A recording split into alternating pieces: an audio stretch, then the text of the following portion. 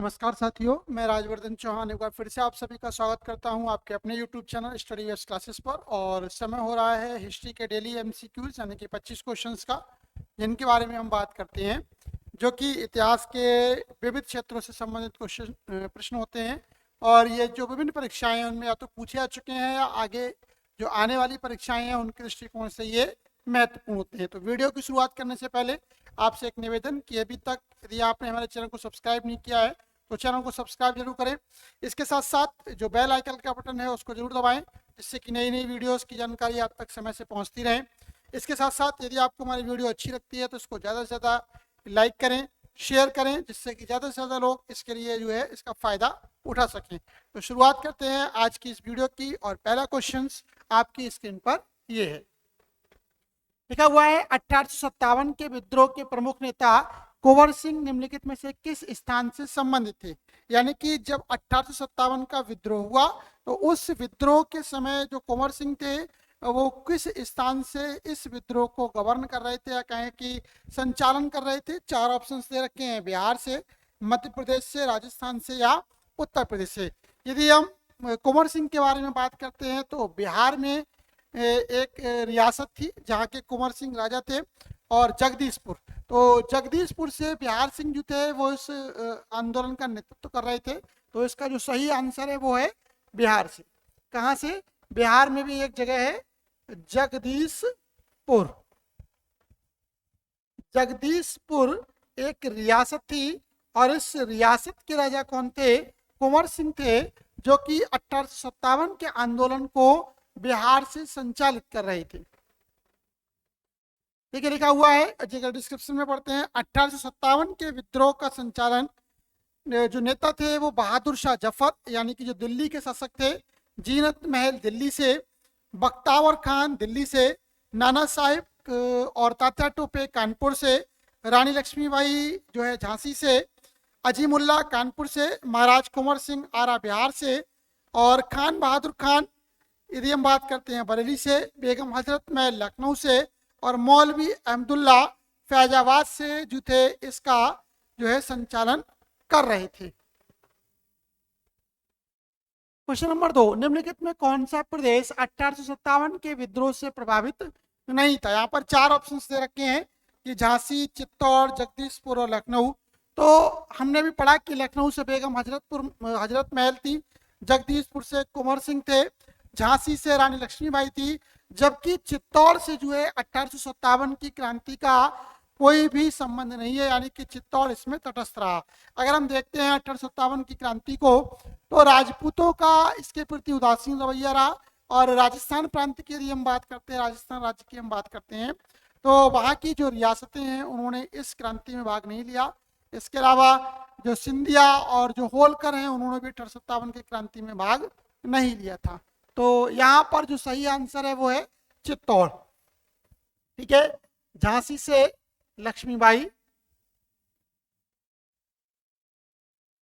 जगदीशपुर से जो राजा थे उस समय कुंवर सिंह,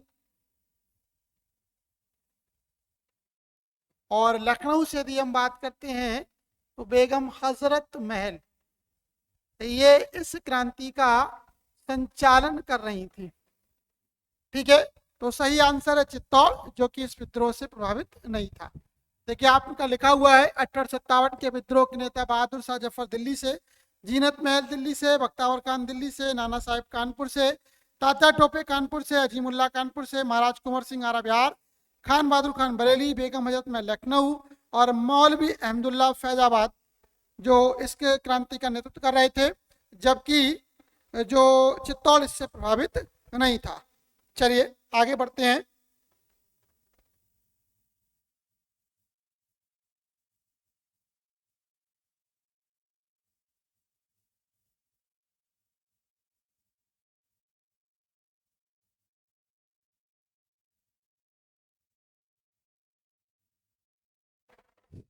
चलिए शुरुआत करते हैं अगले क्वेश्चन की ओर। लिखा हुआ है तीसरा क्वेश्चन, जब शिमला सम्मेलन हुआ तब लॉर्ड माउंटबेटन वायसराय थे। तो जब शिमला सम्मेलन हुआ तो लॉर्ड माउंटबेटन वायसराय नहीं थे। लिखा हुआ है भारतीय नौसेना विद्रोह 1946 में तब हुआ जब बॉम्बे और कराची में रॉयल इंडियन नेवी यानी RIN में भारतीय नाविक सरकार के खिलाफ उठ खड़े हुए। तो ये दो कथन दे रखे हैं, इनमें कौन सा सही है? तो यहाँ पर केवल दूसरा ऑप्शन सही है कि उस समय जो था रॉयल इंडियन नेवी जब हुआ तो ये सरकार के खिलाफ उठ खड़े हुए। शिमला सम्मेलन की यदि हम बात करते हैं तो शिमला सम्मेलन बेविल के द्वारा बुलाया गया था। किसके द्वारा? लॉर्ड बेविल के द्वारा बुलवाया गया था, ना कि लॉर्ड माउंटबेटन के द्वारा। तीसरे का भी केवल सेकंड सही है। शिमला सम्मेलन हिमाचल प्रदेश में लॉर्ड बॉवेल और भारत के अन्य राजनीतिक नेताओं के बीच एक बैठक थी। यह 1972 में इंदिरा गांधी और जुल्फिकार अली भुट्टो के बीच हस्ताक्षर किया गया था। रॉयल नेवी विद्रोह कराची में RIN के केंद्र के रूप में और दूसरा मुंबई में हुआ। भारतीय नौसेना का विद्रोह 1946 में तब हुआ जब बॉम्बे और कराची में रॉयल इंडियन नेवी में भारतीय नाविक सरकार के खिलाफ उठ खड़े हुए। अतः विकल्प बी सही उत्तर है। 4, प्रथम गोलमेज सम्मेलन में अंबेडकर ने दलित वर्गों के लिए अलग निर्वाचन मंडल की मांग की। बिल्कुल सही है। दूसरा क्वेश्चन, पूना पैक्ट में स्थानीय निकायों और सिविल सेवाओं में दलितों के प्रतिनिधित्व के लिए विशेष प्रावधान किए गए। ये बात गलत है। पूना पैक्ट अंबेडकर और महात्मा गांधी के बीच में हुआ था, लेकिन यहाँ पर निर्वाचक मंडल की व्यवस्था की तो बात की गई थी, लेकिन जो यहाँ पर दे रखा है कि निकायों और सिविल सेवाओं में, तो ये बात गलत है। जबकि भारतीय राष्ट्रीय कांग्रेस ने तीसरे गोलमेज सम्मेलन में भाग नहीं लिया, ये भी बात बिल्कुल सही है, क्योंकि भारतीय राष्ट्रीय कांग्रेस के द्वारा केवल दूसरे सम्मेलन में, यानी कि जो 1930 से 1932 के बीच ये 3 गोलमेज सम्मेलन हुए, उसमें 1931 में महात्मा गांधी की अध्यक्षता में कांग्रेस ने इसमें भाग लिया, तो तीसरे में उसने भाग नहीं लिया था। तो इसमें पहला और तीसरा कथन सही है, यानी कि सी ऑप्शन आपका सही आता है इसमें। पहला गोलमेज सम्मेलन 1931 नवंबर दिसंबर में रॉब से मैकडोनाल्ड के नेतृत्व में आयोजित किया गया, जहां अंबेडकर ने दलित वर्गों के लिए अलग निर्वाचक मंडल की मांग की थी। दूसरा गोलमेज सम्मेलन 1931 में ही किया गया। 1932 में तीसरे गोलमेज का आयोजन किया गया। भारतीय राष्ट्रीय कांग्रेस ने तीसरे गोलमेज सम्मेलन में भाग नहीं लिया। पूना पैक्ट महात्मा गांधी और बाबा साहब अम्बेडकर के बीच एक समझौता था। इसमें ब्रिटिश भारत में प्रांतीय विधानसभाओं में सदस्यों को चुनाव के लिए दलित वर्गों को अलग निर्वाचक मंडल दिया गया। क्वेश्चन नंबर 5, किसने वर्नाकुलर प्रेस एक्ट को निरस्त किया?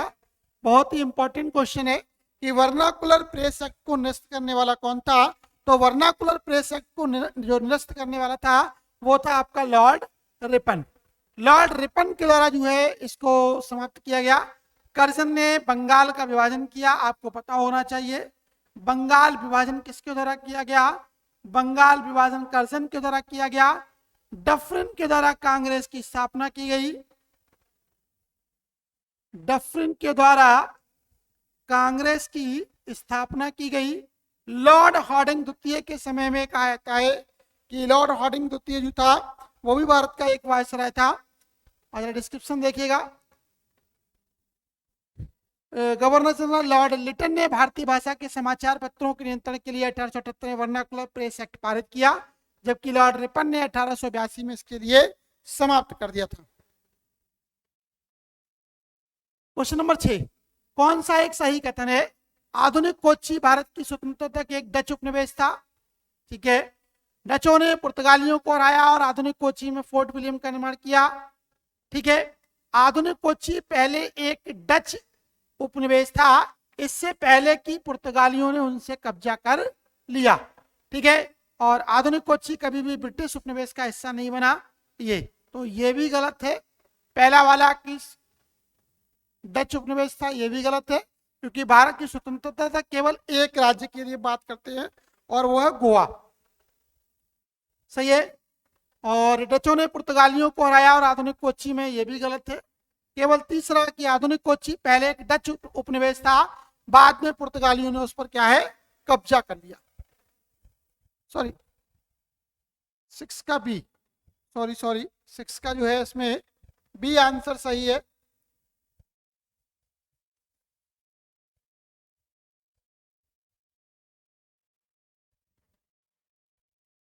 डचों ने पुर्तगालियों को हराया और आधुनिक कोच्चि में फोर्ट विलियम कॉलेज, जो फोर्ट विलियम का जो किला है उसका निर्माण कराया था। पुर्तगाली और अन्य यूरोपीय उपनिवेशवादियों के अधीन कोच्चि फल फूल रहा था। 1530 में फ्रांसिस जेवियर ने कोच्चि में प्रचार किया और भारत में पहला चर्च वहां बनाया गया। 1650 के दशक के बाद से डच कोच्चि से आकर्षित हो रहे थे। वैन गोएंस ने कोच्चि पर कब्जा कर लिया और डचों ने कोच्चि में धावा बोल दिया। कांग्रेस से अलग होने के बाद वर्ष 1939 में सुभाष चंद्र बोस ने किस पार्टी की स्थापना की? फॉरवर्ड ब्लॉक की स्थापना की गई। ठीक है, कहा जाता है कि जब कांग्रेस के 1939 अधिवेशन में जब नेताजी सुभाष चंद्र बोस के लिए अध्यक्ष चुना गया कांग्रेस का, तो गांधी जी ने उसका विरोध किया और गांधी से मतभेद होने के कारण सुभाष ने अपने पद से इस्तीफा दे दिया और एक नया संगठन यानी कि फॉरवर्ड ब्लॉक की स्थापना की। 1939 में सुभाष चंद्र बोस के द्वारा फॉरवर्ड ब्लॉक का गठन किया गया। बोस जवाहरलाल नेहरू और श्रीनिवास अयंगर के साथ स्वतंत्र भारतीय लीग के संस्थापक सदस्य भी थे। वे 1942 में भारतीय राष्ट्रीय सेना के अध्यक्ष बने, जिसका गठन कप्तान मोहन सिंह द्वारा 1940 में किया गया था। लिखा हुआ है किस भारतीय स्वतंत्रता संग्राम के दौरान निम्नलिखित में से किसने प्रस्तावित किया कि स्वराज को सभी विदेशी नियंत्रण से मुक्त पूर्ण स्वतंत्रता के रूप में परिभाषित किया जाना चाहिए? ये प्रश्न कई वीडियो में आया है, कल भी आया था, उससे पहले भी आया है, कई बार पूछा जा रहा है। यानी कि इंपॉर्टेंट क्वेश्चन है कि स्वराज शब्द को किसके द्वारा सबसे पहले गढ़ा गया? तो ये मौलाना हसरत मोहानी के द्वारा इस शब्द को सबसे पहले गढ़ा गया था। चलिए अगले क्वेश्चन की ओर बढ़ते हैं। अगला क्वेश्चन क्या कहता है? लिखा हुआ है, ये क्वेश्चन नंबर 9 है, सॉरी। निम्नलिखित कथनों पर विचार करें। भारत सरकार अधिनियम 1935,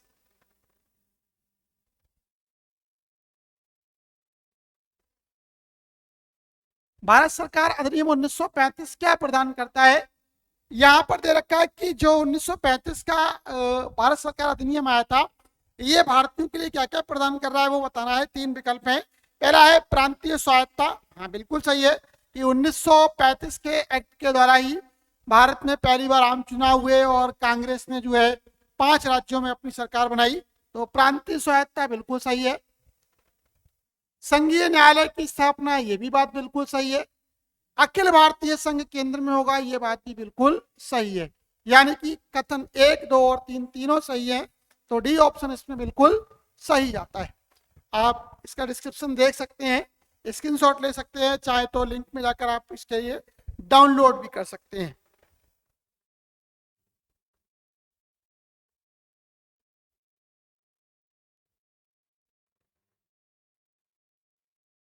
क्वेश्चन नंबर 10 जरा देखिएगा। लिखा हुआ है निम्नलिखित में कौन सा 18वीं शताब्दी में भारत में लड़ी गई लड़ाइयों का सही क्रम है? बांडीवास का युद्ध, बक्सर का युद्ध, अंबूर का युद्ध, प्लासी का युद्ध। नहीं, अंबूर का युद्ध पहले आना चाहिए था। अगला है अंबूर का युद्ध, प्लासी का युद्ध, बांडीवास का युद्ध, बक्सर का युद्ध। ये भी गलत है, क्योंकि अंबूर के युद्ध के बाद बांडीवास की लड़ाई आनी चाहिए थी। ओ सॉरी, एक मिनट,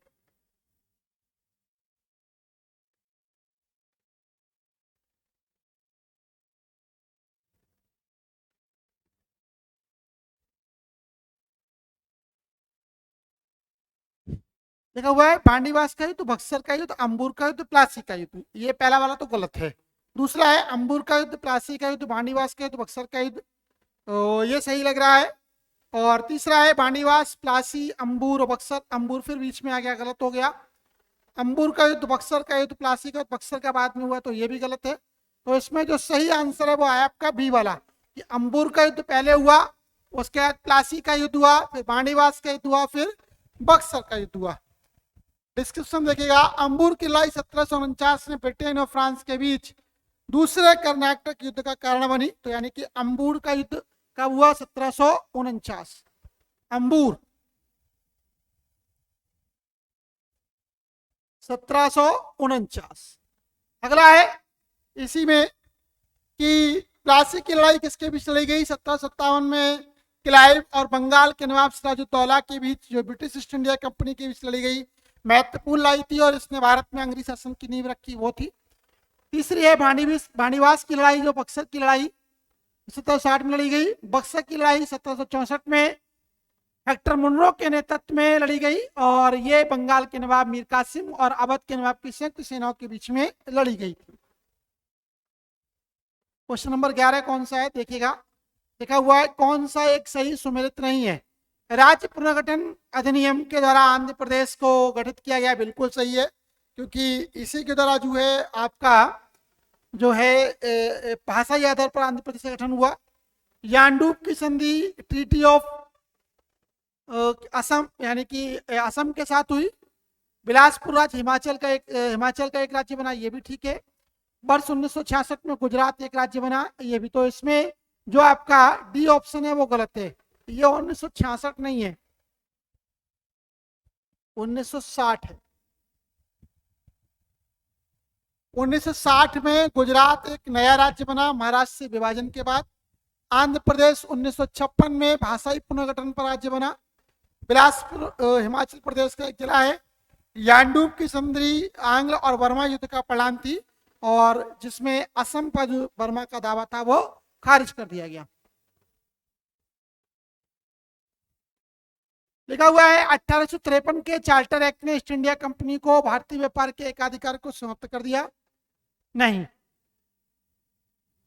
ईस्ट इंडिया कंपनी का एकाधिकार जब समाप्त होता है वो होता है 1857 की लड़ाई के बाद, और 1858 के चार्टर एक्ट के द्वारा क्या है, ईस्ट इंडिया कंपनी के व्यापार के एकाधिकार को समाप्त किया गया। तो सही आंसर इसमें क्या जाता है आपका जो है वो बी वाला है। 1858 के भारत सरकार अधिनियम के तहत ब्रिटिश संसद ने ईस्ट इंडिया कंपनी को पूरी तरह से समाप्त कर दिया। तो कौन सा आंसर सही है? बी, केवल 2 इसमें सही है। आप इसे पढ़ सकते हैं, आप इसका वीडियो को डाउनलोड कर सकते हैं, स्क्रीनशॉट ले सकते हैं। 13 लिखा हुआ है कि एक विद्रोह को बंकिम चंद्र चटर्जी ने अपने उपन्यास आनंद मठ में प्रसिद्ध किया है। तो सन्यासी विद्रोह की जो पृष्ठभूमि है, सन्यासी विद्रोह को जो है आपके रविंद्रनाथ बंकिम चंद्र चटर्जी ने अपने उपन्यास आनंद मठ में पृष्ठभूमि के रूप में तैयार किया। प्रारंभ में इस उपन्यास पर अंग्रेज सरकार द्वारा रोक लगा दी गई, लेकिन स्वतंत्रता प्राप्ति के पश्चात भारत सरकार ने इस प्रतिबंध को हटा लिया था। लिखा हुआ है बंकिम चंद्र चटर्जी आनंद मठ के लेखक थे, जो एक बंगाली उपन्यास है, और 1882 में यह उपन्यास प्रकाशित हुआ। यह 18वीं शताब्दी के अंत में सन्यासी विद्रोह की पृष्ठभूमि में स्थापित किया गया था। इस उपन्यास पर अंग्रेजों ने प्रतिबंध लगा दिया था। आजादी के बाद भारत सरकार द्वारा बाद में प्रतिबंध हटा लिया गया। लिखा हुआ है 1857 के विद्रोह के संदर्भ में निम्नलिखित में से किसे एक मित्र ने धोखा दिया और बंदी बना लिया गया और ब्रिटिश सरकार द्वारा मारे गए। तो बहुत ही सिंपल है, ये तात्या टोपे थे। तात्या टोपे कहता कि क्रांति के पश्चात भागकर नेपाल चले गए थे, काठमांडू में रह रहे थे, और वहीं पर अपने एक मित्र के द्वारा धोखा दिए जाने के कारण ये अंग्रेज सरकार के द्वारा पकड़ लिए गए और बाद में इनको फांसी दे दी गई। D option.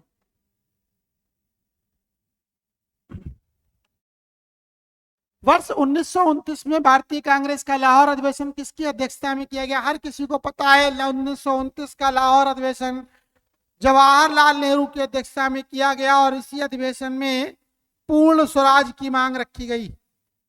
पूर्ण स्वराज की मांग रखी गई। क्वेश्चन पूछा जाता है पूर्ण स्वराज की मांग कब रखी गई? तो पूर्ण स्वराज की मांग 1929 के लाहौर अधिवेशन में रखी गई, और इसी में रावी नदी के तट पर क्या है, तिरंगा झंडा फहराया गया। देखिएगा, लाहौर में रावी नदी के तट पर 31 दिसंबर 1929 को कांग्रेस अध्यक्ष जवाहरलाल नेहरू के द्वारा भारत का झंडा फहराया गया। कांग्रेस ने 26 जनवरी को स्वतंत्रता दिवस के रूप में मनाने का फैसला लिया। सिपाही विद्रोह के समय भारत का गवर्नर जनरल कौन था? तो सिपाही विद्रोह के समय भारत का गवर्नर जनरल लॉर्ड कैनिंग था। लॉर्ड कैनिंग यहाँ का अंतिम गवर्नर जनरल हुआ, और लॉर्ड कैनिंग ही भारत का पहला वायसराय भी बना था। देखिए, भारत के गवर्नर जनरल थे कौन? कैनिंग। विद्रोह के रूप में जाना जाता है, प्रथम स्वतंत्रता संग्राम के रूप में जाना जाता है, और इसके बाद कैनिंग ही भारत के क्या है, वायसराय अपॉइंट हुए थे। 17 बहुत अच्छा क्वेश्चन। जवाहरलाल नेहरू अपनी मृत्यु के समय भारत के प्रधानमंत्री के रूप में अपने चौथे कार्यकाल में थे। बिल्कुल सही है, 1962 का वो दौर था जब जवाहरलाल नेहरू जी थे अपने चौथे कार्यकाल में थे। जवाहरलाल नेहरू ने संसद सदस्य के रूप में रायबरेली निर्वाचन क्षेत्र का प्रतिनिधित्व किया। गलत। इन्होंने एक सीट थी, चर्चा में थी, ये प्रयागराज एक क्षेत्र है, प्रयागराज। यहां पर एक संसदीय सीट है प्रयागराज की, फूलपुर। फूलपुर संसदीय सीट थी जहां से अतीक अहमद ने कभी चुनाव जीता था। सही है। तो इस फूलपुर संसदीय क्षेत्र से जो है जवाहरलाल नेहरू ने लोकसभा का प्रतिनिधित्व किया था। तो बी वाला ऑप्शन गलत है। और भारत के पहले गैर कांग्रेसी प्रधानमंत्री मोरारजी देसाई थे, जिन्होंने 1977 में पद ग्रहण किया। मोरारजी देसाई। तो यानी कि पहला सही है और तीसरा सही है। तो डी ऑप्शन इसमें बिल्कुल सही है कि पहला और तीसरा इसमें सही है।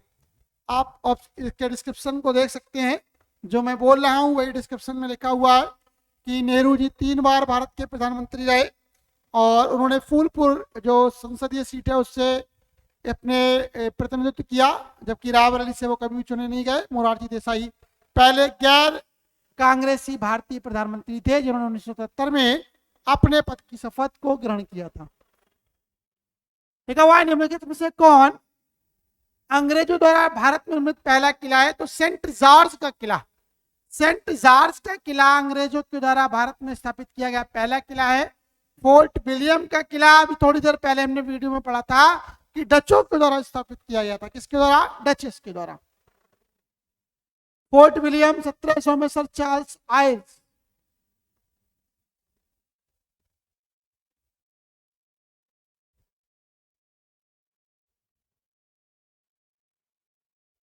सेंट जॉर्ज भारत का पहला ब्रिटिश किला था। इसे 1644 में चेन्नई के तटीय शहर में बनाया गया। फोर्ट सेंट डेविड पहले एक मराठा संपत्ति थी। मराठों ने 1690 में किले को अंग्रेजी भारतीय कंपनी को बेच दिया। फोर्ट एंजेलो को कन्नूर के किले के नाम से आता है। केरल का सेंट एंजेलो किला 1505 में पहले पुर्तगाली वायसराय डोम फ्रांसिस्को डी अल्मीडा के द्वारा बनवाया गया था। लिखा हुआ है कथनों पर विचार करें। रॉबर्ट क्लाइव बंगाल के पहले गवर्नर जनरल थे। गलत बात। रॉबर्ट क्लाइव बंगाल के पहले गवर्नर थे, ना कि गवर्नर जनरल थे। तो ये बात खारिज हो जाती है। विलियम बेंटिक भारत के पहले गवर्नर जनरल थे, ये बात बिल्कुल सही है। लॉर्ड विलियम बेंटिक को भारत के पहले गवर्नर जनरल के रूप में जाना जाता है। ठीक है। पहले बंगाल का गवर्नर, फिर बंगाल का गवर्नर जनरल, और बंगाल के गवर्नर जनरल के पश्चात ये पद भारत के गवर्नर जनरल में ट्रांसफर हो गया और विलियम बेंटिक इसमें पहले गवर्नर जनरल बने। तो बी ऑप्शन सही है।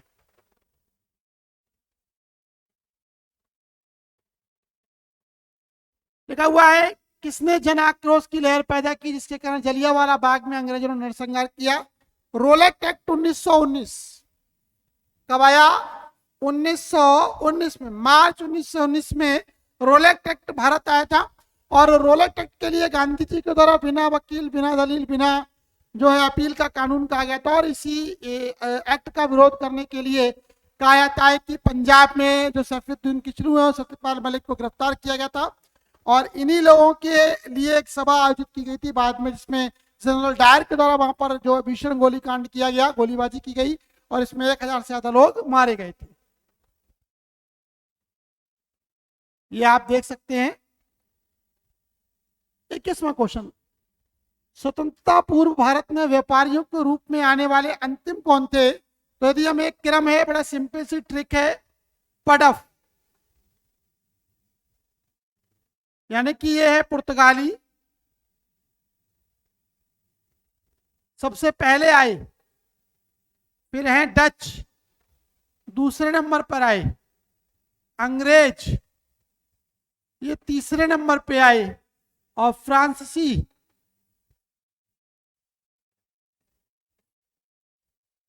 ये चौथे नंबर पर आए। तो फ्रांसीसी को फ्रेंच बोला गया।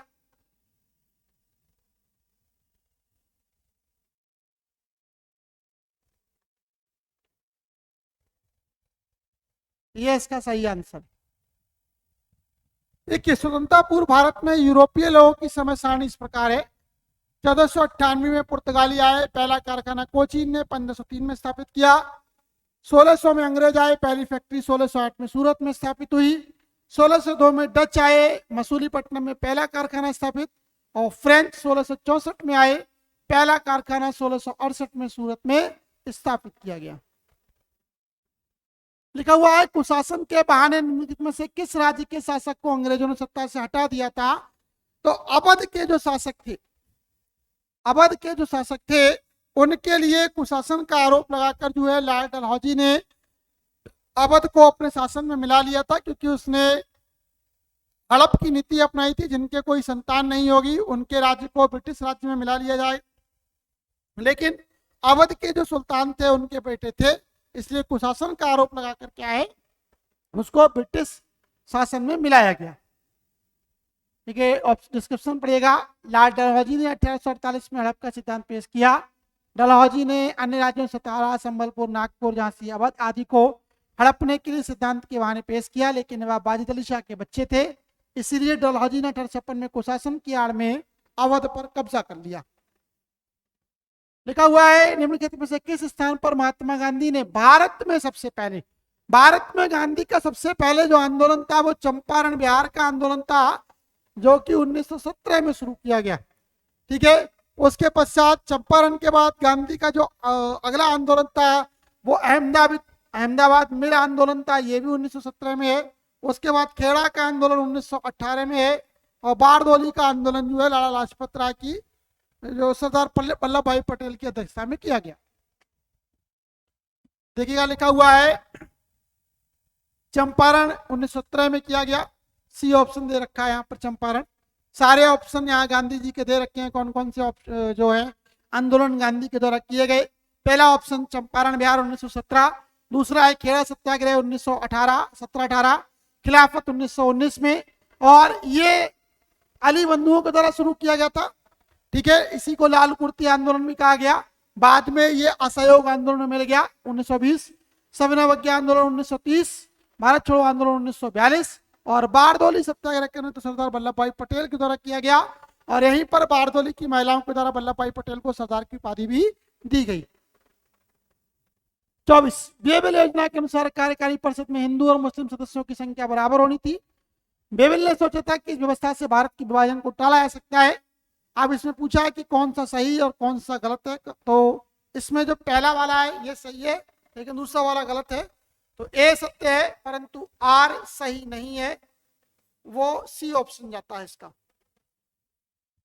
ठीक है, आप डिस्क्रिप्शन को देख सकते हैं, पढ़ सकते हैं। यदि आपका प्रश्न है तो आप कमेंट बॉक्स में जाकर आप उसको पूछ भी सकते हैं। और आज का अंतिम क्वेश्चन आपकी स्क्रीन पर यह है, लिखा हुआ है वह आंदोलन की शुरुआत जिसमें विनोबा भावे के भूदान आंदोलन से निम्नलिखित में कौन सा स्थान जुड़ा हुआ है। यानी कि विनोबा भावे के द्वारा एक आंदोलन शुरू किया गया जिसे भूदान आंदोलन का नाम दिया गया। पूछा जाता है भूदान आंदोलन को शुरुआत करने वाले कौन थे, तो आचार्य विनोबा भावे के द्वारा भूदान आंदोलन शुरू किया गया। और ये पोचमपल्ली, तमिलनाडु की एक जगह है पोचमपल्ली, तो वहां से इसकी शुरुआत की गई थी।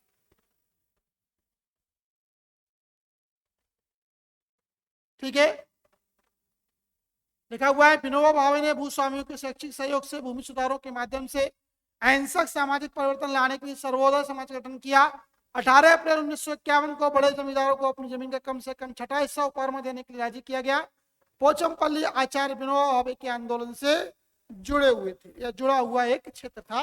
तो आज के तो ये 25 क्वेश्चंस। यदि आपको हमारी ये वीडियो अच्छी लगी हो तो उसके लिए ज़्यादा से ज़्यादा लोगों के बीच शेयर करें, जिससे कि ज़्यादा से ज़्यादा लोग इसका फायदा उठा सकें।